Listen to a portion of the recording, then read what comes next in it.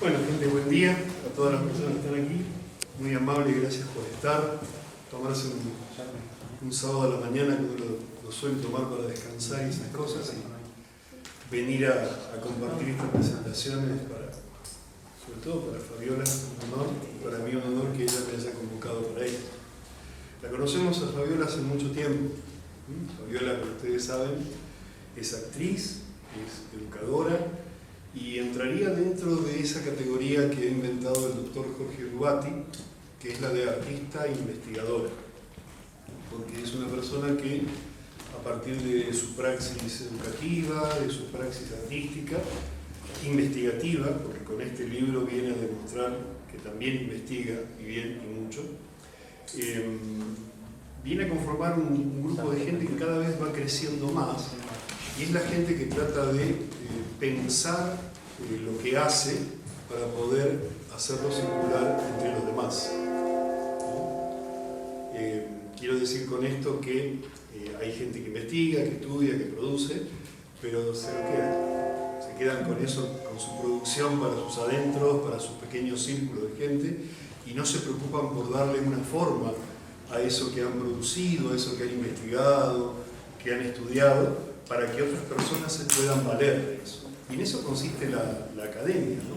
Cuando uno piensa en academia y todo eso, muchos dicen, no, las alturas de los altos estudios. No, la academia tiene como clave la circulación democrática del saber, la publicación, el hecho de que todas las personas puedan acceder a lo que otras personas construyen dentro del área del conocimiento. En este caso, en el caso del teatro, es un área bastante vapuleada, con muchos estereotipos respecto de qué se puede saber o no de teatro, de enseñar teatro, de investigar teatro, ¿no? Vez pasada, en una entrevista por la Escuela de Espectadores, que es un emprendimiento del Centro de Investigaciones Teatrales de la Facultad de Humanidades y Artes, que yo dirijo, me preguntaba, creo que era Coqui de Bernardi, ¿no? el músico, en su programa de radio, ¿y qué se investiga en teatro?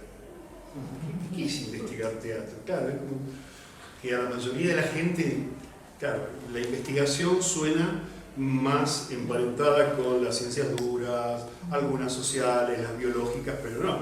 El teatro, esa cosa que hace la gente, que juega, que se disfraza, que hace estupideces frente a otras personas, no merece el rango de ser estudiado o investigado. Bueno, por suerte hay muchos hechos que van desmintiendo eso, lo van revirtiendo. La tensión que hay entre la academia y el arte, ese hiato, ese agujero, esa distancia, poquito a poquito me parece que se va más o menos achicando.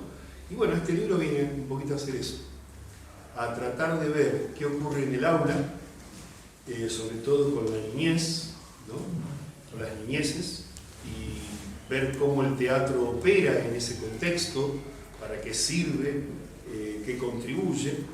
Y Fabiola ha tenido en ese sentido la suerte y también el esfuerzo, porque nadie le regaló nada, de trabajar muchísimo tiempo, desde hace ya, ¿cuántos años? Casi 10. 10 años, Casi 10. Con niñas y niños de edad de escuela primaria, que es también un campo que tampoco está demasiado trabajado. Se trabaja más la adolescencia o la adultez, pero no la niñez. Y ella ha hecho proyectos, trabajos, experiencias debidamente registradas, que aparecen ahora en este libro sistematizadas y organizadas. Uno las conocía por los comentarios, por otras publicaciones que ha hecho Fabiola, pero aquí tenemos la suerte de que Fabiola se sentó y, como le decimos a mucha gente, puso el cuerpo, vamos a decir, traste en la silla, y se puso a trabajar, que es muy difícil, sobre todo para la gente de teatro, que cree que quien hace arte o teatro no puede escribir. Y la escritura no es más ni nada menos que el pasaje de una experiencia a un soporte que pueda soportar la solidaridad de compartir. No sé si soy claro.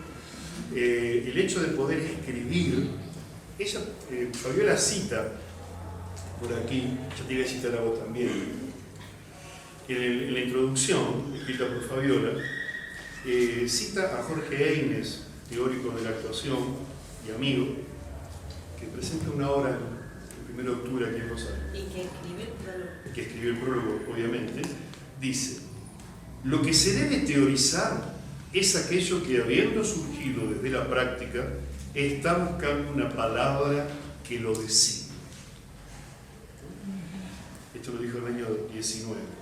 Y esto de una palabra que designe, que a muchos le causa escozor, es la única manera que tenemos de transmitir cosas cuando no estamos presentes. Yo digo, yo no estuve allí, y entonces ¿cómo me entero de lo que pasó? Y porque alguien me lo puede contar, alguien me lo puede describir, alguien me lo puede explicar. Entonces, creo que es para celebrar, es todo un augurio que Fabiola haya podido plasmar en este libro, Teatro en la Escuela, una necesidad, justamente todas esas experiencias. Una parte del libro, que es la más profusa, ¿no?, la más extensa, justamente trata sobre experiencias que Fabiola ha llevado a cabo en escuelas de la ciudad, o ponencias que ha presentado en congresos, en eventos, y que aquí han sido organizadas de modo tal que uno puede apreciar cómo Fabiola ha logrado sistematizar la cosa. Porque una cuestión bastante extendida en el ámbito de la didáctica teatral, por ejemplo, es el hecho de la dispersión del ludismo y el expresivismo. A ver si soy claro en eso, ¿no? Si logro ser explícito. Hay muchos libros que circulan, no vamos a nombrar autores, autoras, pero que son repertorios de ejercicios teatrales para el aula, ¿no? Cómo uno puede hacer, qué uno puede hacer en el aula con sus alumnos. Bien. Pero nunca te dicen ni por qué ni para qué de manera total. Entonces, claro, las docentes y docentes de teatro toman esos ejercicios, los acopian, tengo material nuevo para llevar, y va a su taller y lo da y lo trabaja, qué lindo, lo hicimos, fuimos felices, qué lindo, jugamos, sí, jugamos, nos expresamos, sí, nos expresamos, ¿y qué aprendimos? Entonces, claro, desde ese punto de vista, uno empieza a ver que el teatro en muchas instituciones, y también por la acción de mucha gente, se convierte en el recreo extendido. Y está todo bien, porque el teatro tiene justamente como disciplina esa posibilidad de que la gente juegue, de que la gente sea solidaria, de que la gente practique ensayos de vida, tenga distancias críticas de las cosas, pueda ver a la gente ponerse en la piel de otra persona y verlo desde otro lugar, y mucho más, ¿no? No estamos acá para vender que el teatro es bueno. No estamos haciendo autoayuda, haga teatro, sea feliz. Pero el teatro en realidad tiene esas posibilidades, pero que no son explotadas a la hora de la metacognición. Es decir, a la hora de esa conversión de todo lo que le pasó a la persona, a la alumna, al alumno, y convertirlo en algo de lo que esa persona sea consciente, o sea, saber lo que sabe y poder aplicarlo en otros aspectos de su vida, no solamente en el teatro. ¿Ya? Entonces, en ese sentido, es muy astuta la estrategia de Fabiola. ¿En qué sentido, no? Es inteligente más que astuta, porque lo que ha hecho Fabiola, claro, porque viste que a veces la astucia tiene que ver con ciertas vivezas coyunturales, pero la inteligencia tiene que ver con un plan más general, con una cuestión estratégica y no táctica. Gracias. Y claro, y aquí Fabiola hace un libro en donde la educación de cuerpos presentes surge por la pandemia también, ¿no? O sea, esa necesidad de estar presente. Yo siempre digo, la presencia es la única dimensión que nos permite mirarnos a los ojos.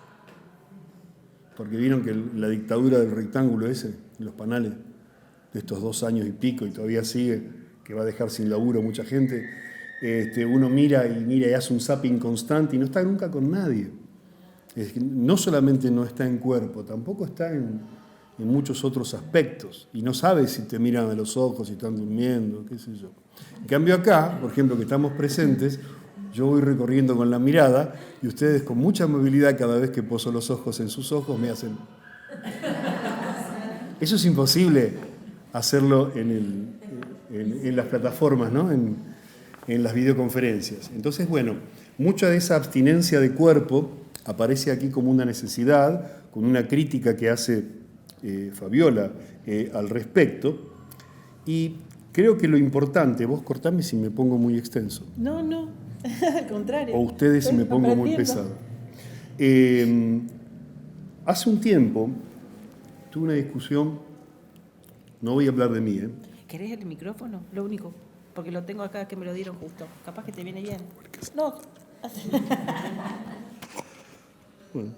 Yo lo tenía así por las dos. Sí. ¿Hace falta? No sé si. Sí. Pues sí, que sí para la cámara. Sí, quizá para la cámara sí. ¿Ahí se escucha? ¿Vos lo escuchás? Bueno, decía que hace un tiempo tuve, no sé si una discusión, una charla con gente de pedagogía teatral de España. En España está como muy desarrollada la pedagogía teatral, pero en la superficie. En el juego, juguemos, y en la expresión, expresémonos. Porque según alguna gente de España, se dice que la experiencia teatral, de hacer teatro, de aprender teatro, de jugar teatralmente, es inefable. No se puede decir, no se puede nombrar. Te queda a vos nada más, ¿no? Tu experiencia, lo que vos sentiste. Y la educación no consiste en que cada uno sienta lo que quiera y de manera individual y como pueda. Hay que proveer, hay que compartir herramientas para que la gente sienta que esa experiencia se convierte en un saber para la vida, para las relaciones humanas, para su propia felicidad, si hay algo que exista que se llame así.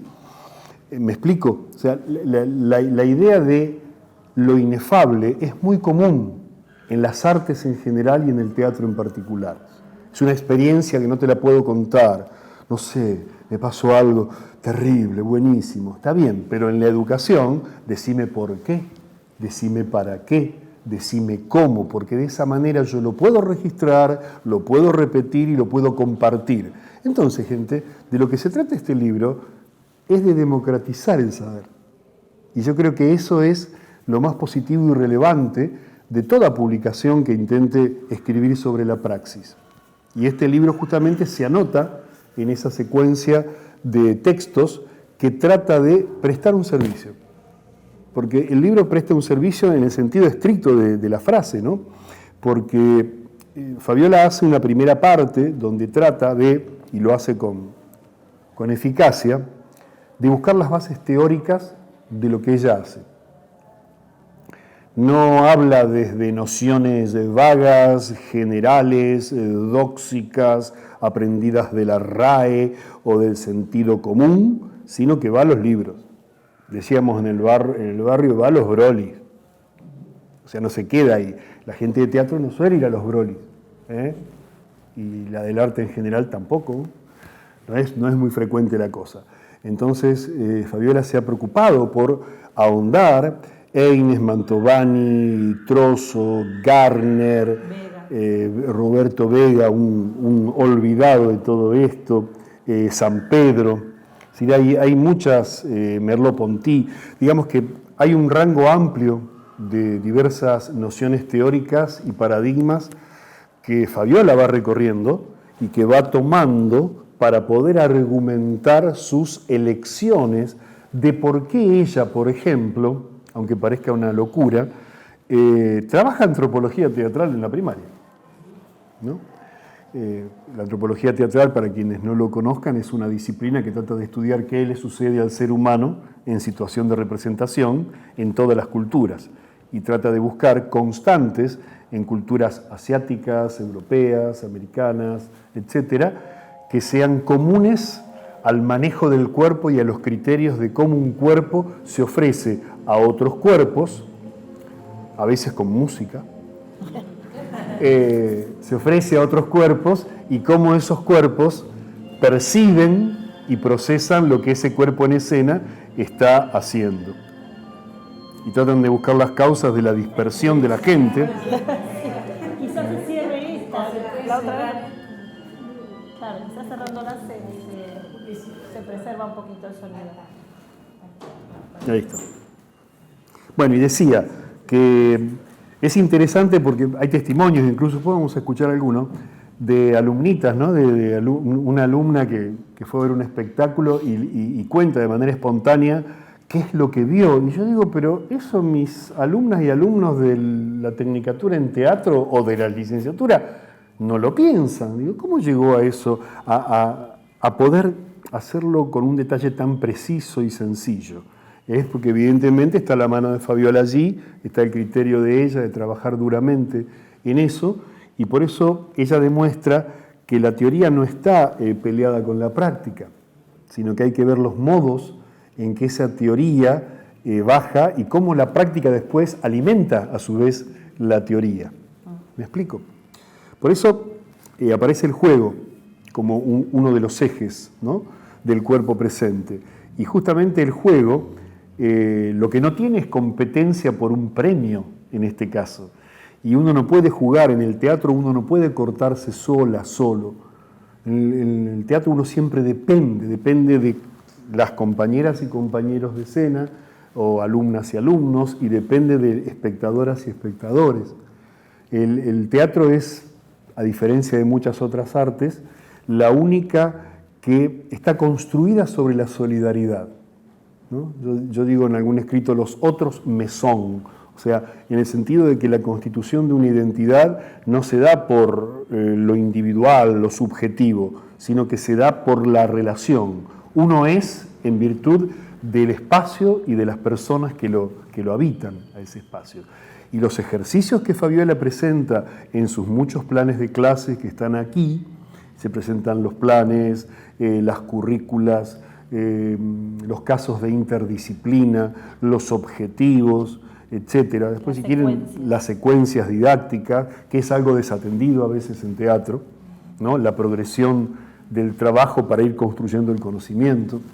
Eso está presente aquí con el juego como eje, ¿no?, en donde el juego no se convierte en el juego que termina en sí mismo.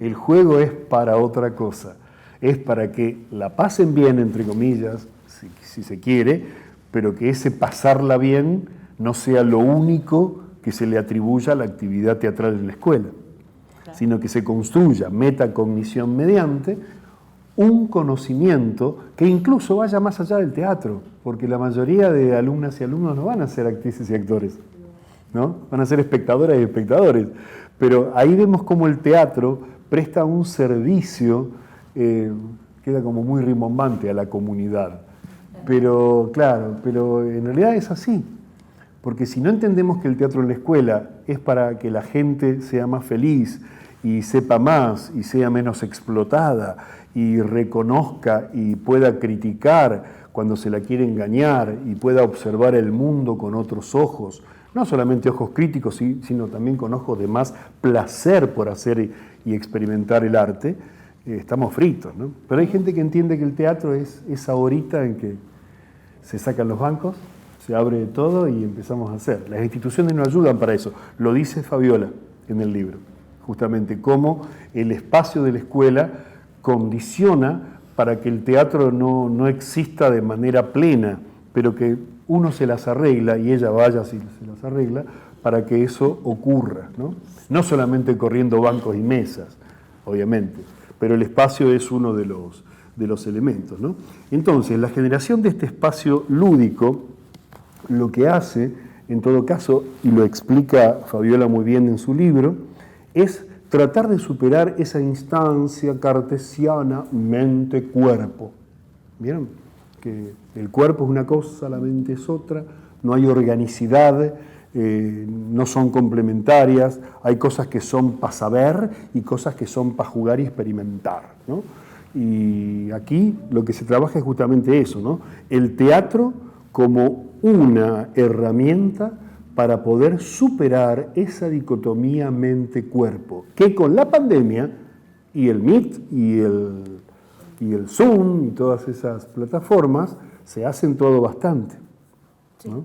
Porque digamos que se ha ido más para lo intelectual que para lo corporal.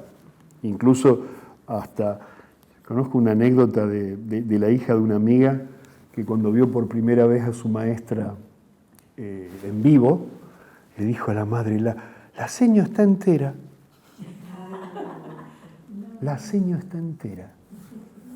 ¿No? Esa percepción del cuerpo de partes, ¿no? Bueno, Bueno, de eso trabaja Fabiola, la interacción, la subjetivación, el ensayo vital, el hecho de hacer con otras personas, es justamente la base de todo el trabajo que Fabiola presenta aquí.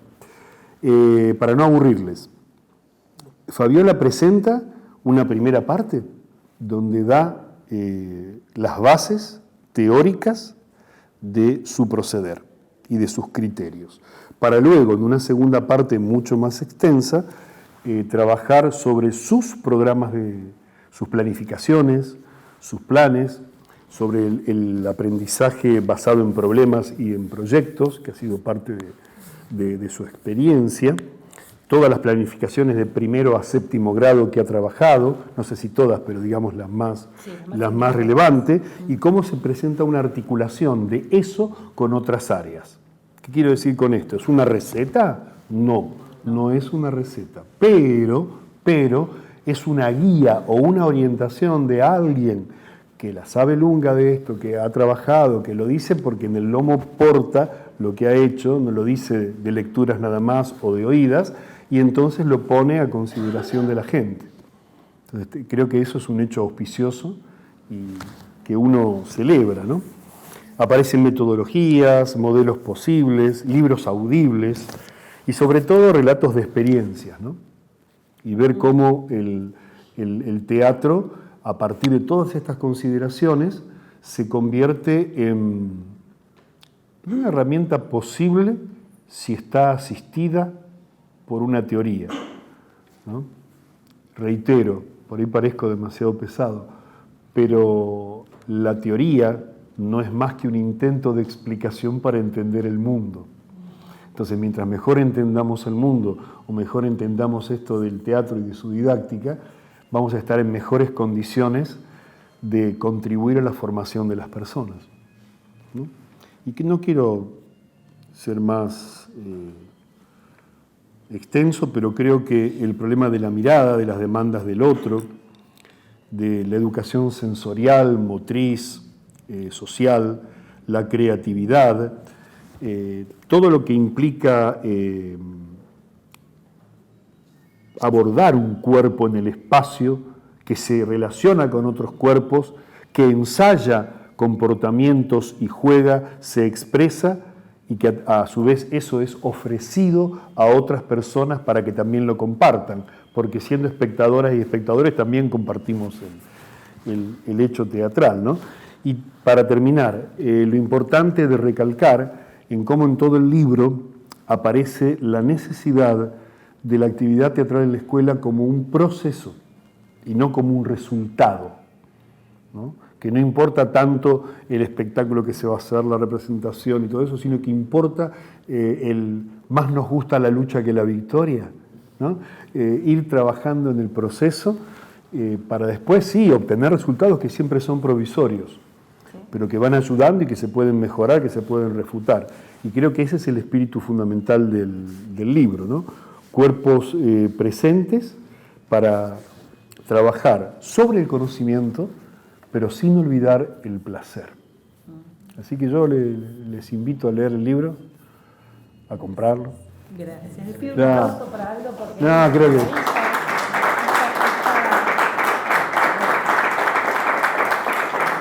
No, reitero, creo que es auspicioso que colegas y gente querida y de aquí de la ciudad esté produciendo escritos. Hay mucha gente que también creo que vendría bien que escriban, porque escribir es dar, es dar. Más allá de los aplausitos que te van a hacer en las presentaciones y todo eso. Más allá, digamos, de los reconocimientos que puede haber, es importante que este libro integre biblioteca de gente que da clase. Entonces, Homo Sapiens tuvo la generosidad de escribirlo y Fabi tuvo la generosidad de publicarlo y Fabi la de escribirlo. Así que, gracias, Fabi. Gracias a vos.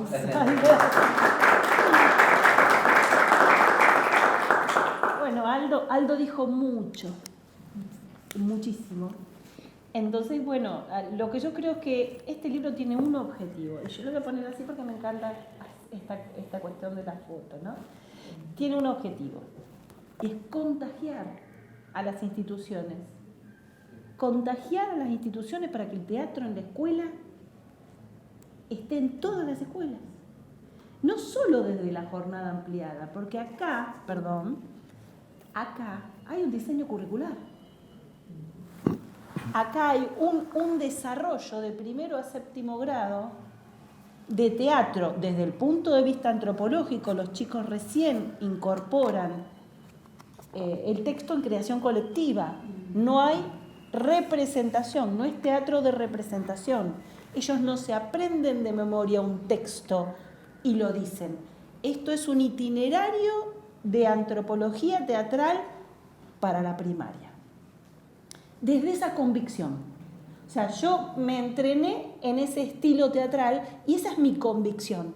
Yo considero que eso es lo que para los niños sirve, para que es útil, que genera conocimiento. Yo ayer en una pequeña conferencia que dimos acá en el marco del Congreso comentaba justamente, ¿no? Que qué importante que es pensar el cuerpo como protagonista. A ver, Aldo lo dijo muy claramente con el tema de la mirada. Ustedes están todos ahí, en este momento, con el cuerpo anestesiado. Si yo ahora les pido que se paren, por ejemplo, ¿me hacen el favorcito? Perdón, ¿no? Parece un poquito arbitrario esto. Se muevan un poquito de eje, un poquito. O sea, pasan el peso a un pie y pasan el peso al otro pie. Ahora solamente nos volvemos a sentar.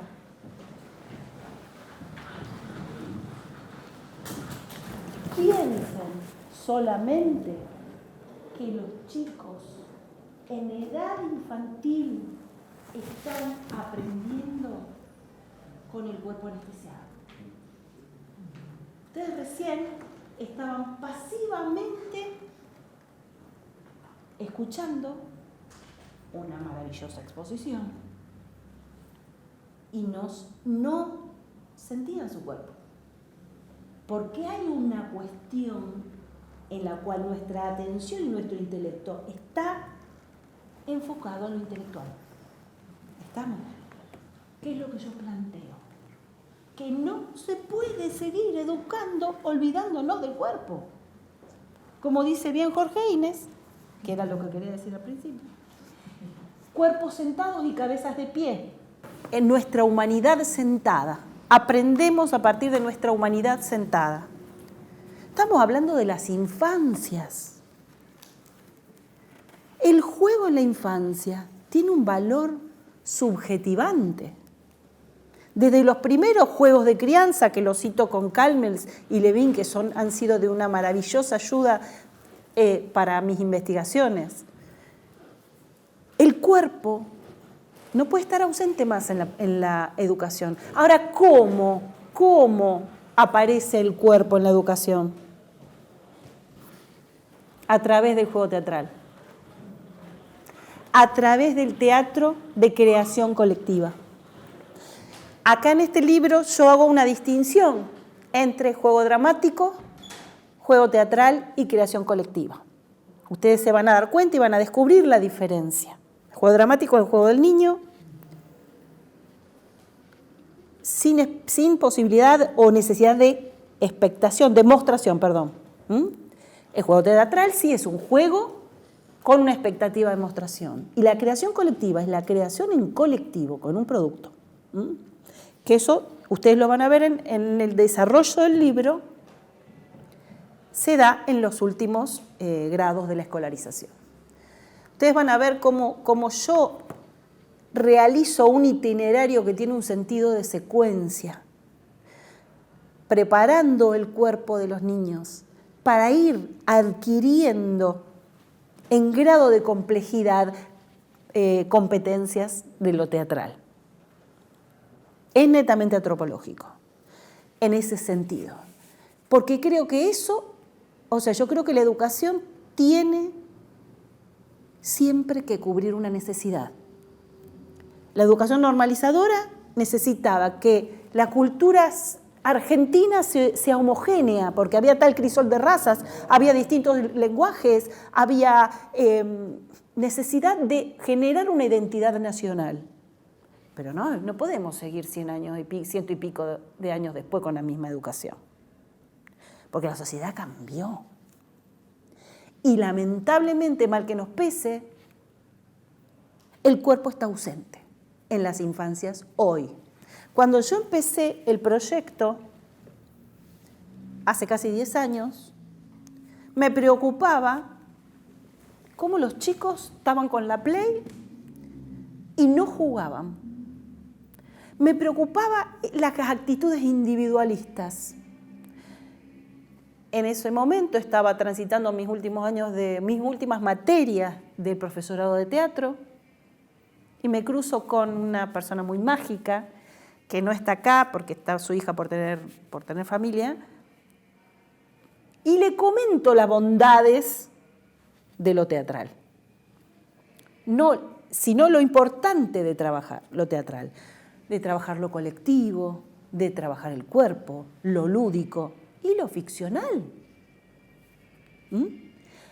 ¿Por qué lo ficcional? Necesitamos subjetivamente imaginar otros escenarios, porque es sanador, porque alivia, porque divertir viene de divertere, como debe saber muy bien Aldo, no sé si es de griego o latín, ahí me mataste.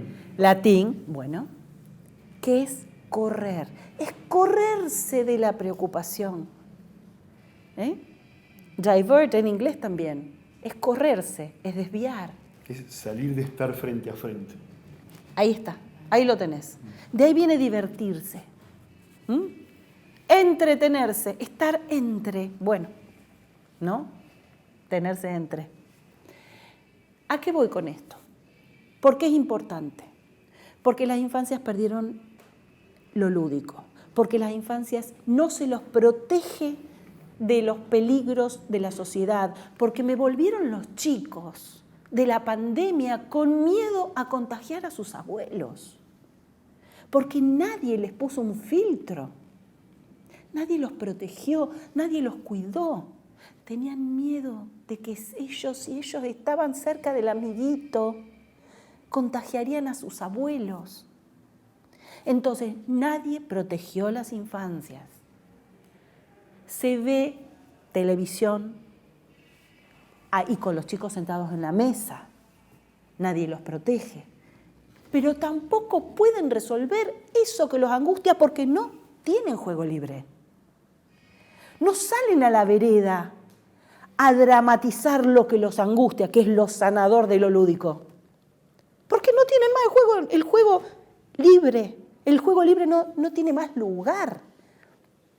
Los chicos van a los deportes, van a las actividades, pero no juegan. ¿Y cómo resuelven las angustias? Yo me pregunto, ¿cómo va a ser la generación que no jugó? ¿Dónde va a quedar esa angustia? ¿Dónde van a quedar esos miedos? Se meten frente a la pantalla a jugar con los jueguitos, desarrollando solamente una fracción del cerebro, en la cual no tienen posibilidades de elegir porque el sistema elige por ellos. ¿Está? Los chicos no, a ver, yo estoy diciendo cómo es mi postura. Los chicos no eligen ir a la escuela. Empecemos por ahí. No eligen. Si fuera por ellos, se quedarían durmiendo y jugando con sus hermanitos en su casa. ¿Está? Hay pedagogos españoles que tienen diseñadas estrategias para los recreos. Que esos únicos 10, 15 minutos en los que los chicos pueden elegir. Entonces, ¿quién piensa en las infancias? ¿Cuándo eligen ellos? Acá lo que yo planteo, que en el juego dramático, en la creación colectiva, pueden elegir y aprender. Pueden elegir dramatizar, pueden elegir lo que los ilusiona, pueden elegir crear ficción, crear una ficción sanadora desde lo corporal, no solo desde que me parece maravilloso escribir historias, todo lo que es literatura, pero está implicado el cuerpo como protagonista. Entonces creo que hay mucho por seguir. Este libro tiene que ver con mi deseo de que la gente siga con esto. Porque uno está sembrando una semilla. Yo necesito que las generaciones que sigan este trabajo. Porque esto es necesario. ¿Por qué no pongo juego así? Porque es una escuela. Porque el juego dramático tiene que tener un propósito, como bien decía Aldo, tiene que tener un propósito educativo, de enseñanza y de aprendizaje. Entonces, no está mal jugar. Lo que está mal es jugar sin un propósito. Estamos pensando en la educación formal. Ahora, ¿el desafío cuál es del docente teatral? Que siga haciendo arte.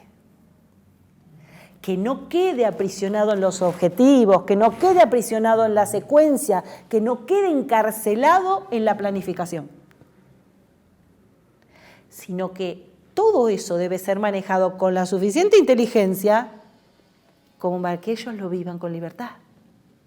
Yo tengo, y no me quiero extender porque aparte fíjense los tiempos, ya falta un poquito, por eso quiero decir tres cosas. Tres cosas que dijeron mis alumnitos en todos estos años, ¿no? Un día yo tengo circuitos exploratorios, ya lo van a ver, trabajo mucho lo sensorial porque creo que es necesario desarrollar la permeabilidad y la porosidad sensorial en los niños para ampliar su universo y así nutrir la imaginación. Entonces estábamos en el patio, yo los hacía explorar y los hacía detenerse en las manchas de humedad de la pared. Y una alumna me dice, señor, sos rara. La amé. Sí, soy rara. ¿Y? Pero siempre lo fue. Totalmente. Entonces otra me dice, eso fue este año, que fue mágico, lo subí a Facebook porque me emocioné. Una nena de segundo grado. Le digo, a ver, chicos, que yo les dé cierta libertad no significa que esto sea el recreo. Y ella se queda reflexionando y antes de que yo diga la actividad, ¿no? Me dice, señor, ¿esto es ser libre? La amé, chicos, la amé. Se sintió libre en mis clases y me lo dijo. Y por último, una que de un alumno que ya está en secundaria, ahora creo que está en tercero o cuarto año, y dice, hoy hay teatro y mi cuerpo lo sabe. Y creo que ahora vamos a hacer escuchar estos dos audios y creo que con esto me parece, yo ni leí lo que me anoté porque me puse a charlar, pero creo que, no, hablé de todo. Y creo que lo importante acá es donar. El docente dona. No tiene un saber, sino que el saber lo utiliza para habilitar a partir de la didáctica. Con didácticas inteligentes que van moviendo el timón a medida que el grupo palpita. Porque necesito ver que ese grupo, ¿cómo es el palpitar del grupo? El grupo es un cuerpo. Entonces yo tengo que aprender a ver cómo ese cuerpo palpita. Y a medida de ese palpitar tengo que mover el timón. Y ahí donde está el saber. Porque ayer me preguntaban, ¿dónde está el saber del docente del teatro? Porque yo hablaba de lo homogéneo de la clase, de la creación en colectivo. Porque el docente es parte de ese cuerpo. Y bueno, ahí está, en la didáctica. En las preguntas disparadoras de la metacognición. Me da risa porque yo cuento la última anécdota y escuchamos los audios de mis alumnitos divinos. 2 audios nada más. Cada uno tiene 20 minutos. Mentira, un segundo. Con esta cosa de la metacognición, ¿no? Yo he llegado hasta seguirlos por las escaleras y preguntarle, ¿la jirafita en qué nivel está? Dice, y ellos se iban para allá a la otra hora, ¿no? Y yo, alto, medio, bajo. O sea, es como que ya uno tiene que acomodar en una fracción horaria todos los deseos que tiene pedagógicos y que no puede, digamos, perder lo importante es que no se pierda lo artístico. O sea, que la clase siga siendo una obra de arte. Que me parece que ese es el verdadero desafío, que no quede aprisionada, pero es fundamental planificar. Porque una cosa es improvisar y otra es ser improvisado. Son dos cosas muy distintas. Entonces, bueno, los invito a escuchar este audio que es en el marco de Gregorio el Zanahoria, que mis alumnitos de 5º grado fueron sin mí, pues yo estaba enferma esta semana, y estos son los comentarios de 2 de ellas, hicieron más, pero bueno, lo elegí estos 2. Me di cuenta de que en la obra todo el tiempo estaba en el personaje, está bailando. Si uno era feliz antes, siempre estaba con sonrisa, cuando estaba bailando siempre estaba con sonrisa. Cuando uno siempre estaba serio, el papá estaba serio, siempre se ponía serio y bailaba como así todo triste, porque veían tu personaje. En un momento la luz le daba solamente un personaje y todos los otros personajes se quedaban quietos. Bien, yo creo que con esto resumo la perspectiva antropológica que tienen los chicos. Fíjense cómo ellos ven cuerpos en el escenario. Los otros signos también los ven, y los otros signos como luz, vestuario, el texto, y todo eso se los da. Pero advierten técnica a la vez. Advierten técnica, 10 años. Son de 5º grado. Tienen teatro desde 2º grado este grupo. Así que bueno, les agradezco mucho la presencia. Es un cálido mimo. Gracias. Gracias, Aldolín. Muchas gracias. ¿Qué pasa? A ustedes.